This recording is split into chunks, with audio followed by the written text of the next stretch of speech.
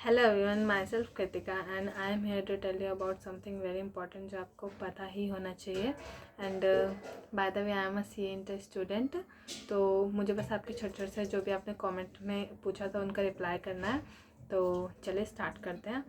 तो पहला आता है हमारा अकाउंट्स में। अकाउंट्स में पढ़ना किस तरह, अब अकाउंट्स के लिए अप्रोच क्या रखनी है। तो एक ही अप्रोच रखनी है, प्रैक्टिस करनी है और इतनी प्रैक्टिस करनी है कि वो जो कॉन्सेप्ट है ना आपके माइंड में फिट हो जाए। मतलब अगर आप किसी एडमिशन का क्वेश्चन कर रहे हो ना तो वो आपको इतना अच्छे तरीके से आना चाहिए कि आप अगर उसके क्वेश्चंस लगा रहे हो, अगर जैसे आज पूरा कॉन्सेप्ट अच्छे से पढ़ा, फिर उसके बाद अगर आप 2 दिन बाद भी उसके क्वेश्चन करें तो आपसे खुद से बन रहा है। और हमेशा ट्राई करो कि पहले आप क्वेश्चन खुद से सॉल्व करो, फिर टीचर के लेक्चर्स रेफ़र करो।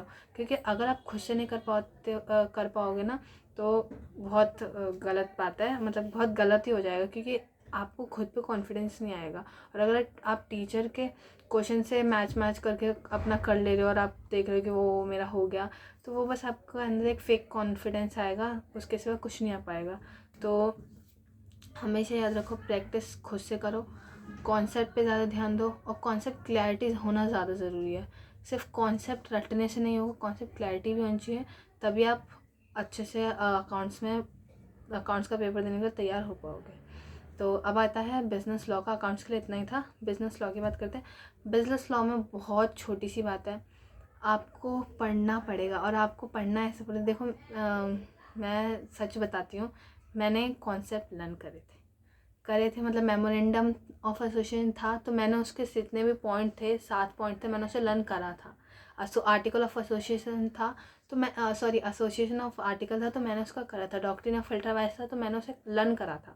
मैंने अपनी तरफ से छोटे छोटे नोट्स नहीं बनाए, नोट्स बनाकर उसे लिख रही हूँ मैं, नहीं, मैंने वो पूरा लर्न करा था। और मेरा ऑनेस्ट जो है, मैं सच बता रही हूँ, मैंने ऑनेस्ट व्यू बता रही हूँ अपना, कि मैंने ऐसे ही लर्न किया था, लर्न करा। मैंने मॉक टेस्ट उठाया, मॉक टेस्ट मैंने देखा कि यही क्वेश्चन है, मुझे पहले बार में नहीं बना तो मुझे समझ आ गया कि मुझसे नहीं हो रहा मॉक टेस्ट। तो जो क्वेश्चन मैं देखती हूँ ना कि यही क्वेश्चन है, मैं उसे करती थी और मैं उसे लिटरली मैं लर्न करा हुआ ही लिखती थी। मैं उसे पहले बैठ के लर्न करती थी। ये मेरा है, आप अपने कर सकते हो, जो भी आप छोटे नोट्स बनाते हो कर सकते हो। लेकिन मुझे जितना पता है कि कैसे मैंने किया है, तो मैंने तो ऐसे लर्न करके किया, लर्न करा मैंने उस कॉन्सेप्ट को, क्वेश्चन आया मैंने लिख दिया, ये कॉन्सेप्ट मैंने लर्न कर रखा है। और बाकी जो कॉन्सेप्ट थोड़े से नॉट इम्पॉर्टेंट वाले जो होते हैं ना, उसे मैं समझ लेती थी ताकि मैं उसे अपने भाषा में बना के लिख लूँ। तो मैंने तो ऐसे ही किया है। आपका पता नहीं, मुझे आप भी बताना कि आप कैसे करते हो या अभी तक आप कैसे करते हो आए हो। और आप अपनी खुद की भी अप्रोच रख सकते हो, ये ज़रूरी नहीं कि मैं बोल रही हूँ तो आप करो, आपकी मर्ज़ी, आप करना चाहते हो तो करना, ठीक है। फिर आ जाते हैं हमारे मैथ्स में। मैथ्स में जो है मुझे ज़्यादा दिक्कत नहीं आई, क्योंकि ऑनेस्टली मुझे मैथ्स काफ़ी अच्छा लगता है पढ़ना।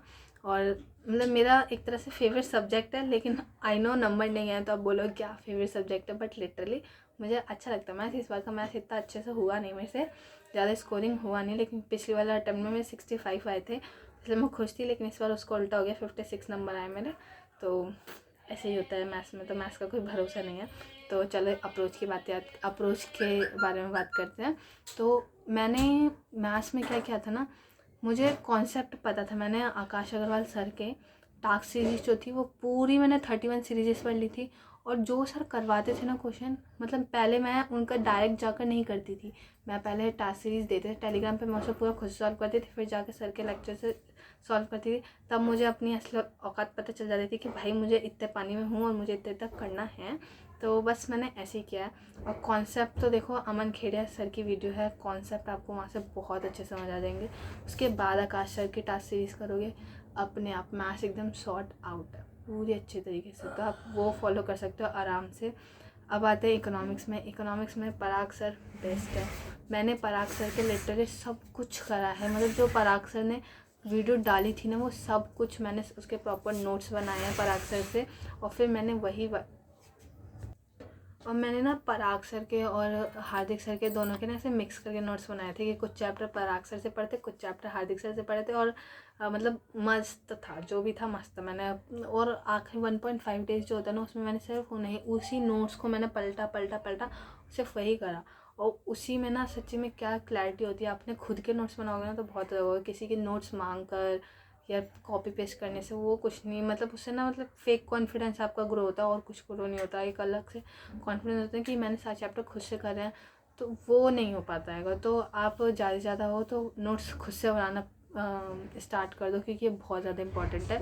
और अभी जनवरी 26 में जो एग्ज़ाम होगा उसमें आप सबका एग्ज़ाम बहुत अच्छा जाएगा, पक्का अच्छा जाएगा। और अपने ऊपर बिलीव रखना ज़रूर सीखो, क्योंकि अपने ऊपर अगर आपने बिलीव नहीं रखा ना तो कुछ नहीं हो सकता। क्योंकि मैंने अपने ऊपर बिलीव किया था, इंक्लूडिंग जो मेरे फ्रेंड्स थे जो भी थे वो भी मुझे बोलते थे, क्योंकि मेरा भी फर्स्ट अटैम्प्ट में क्लियर नहीं हुआ था। तो एक होता है ना कि इसका हुआ नहीं है तो इसे बोलना है, तो ऐसा वाला सीन मेरे साथ हुआ है। तो आप अभी उस पर ध्यान मत देना बिल्कुल भी, भूल जाओ इन सब की बात, अगर अपने ऊपर ध्यान दो।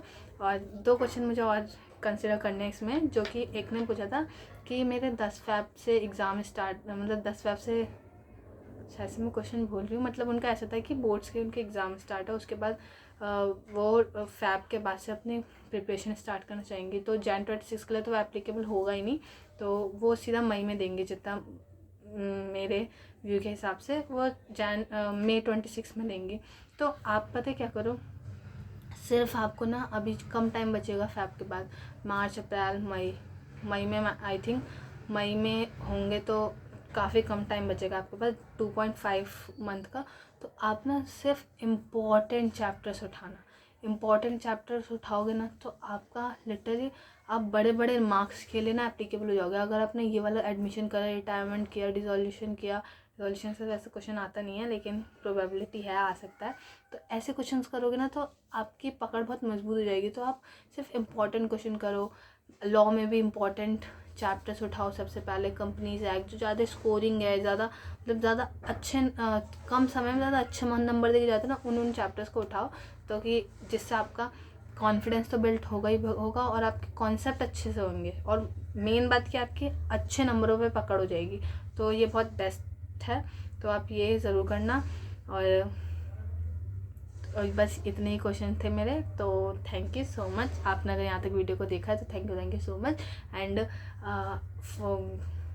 वीडियो को थोड़ा सब्सक्राइब कर लेना, थोड़ा नहीं पूरा सब्सक्राइब कर लेना, और लाइक भी कर देना, क्योंकि इसके बाद जो भी वीडियो आएंगे वो सब अच्छे आएंगे। और मैं अपनी CA इंटर की जर्नी भी यूट्यूब पे शेयर करूँगी, तो उसके लिए साथ रहिएगा और सब्सक्राइब करके। Okay bye, thank you so much.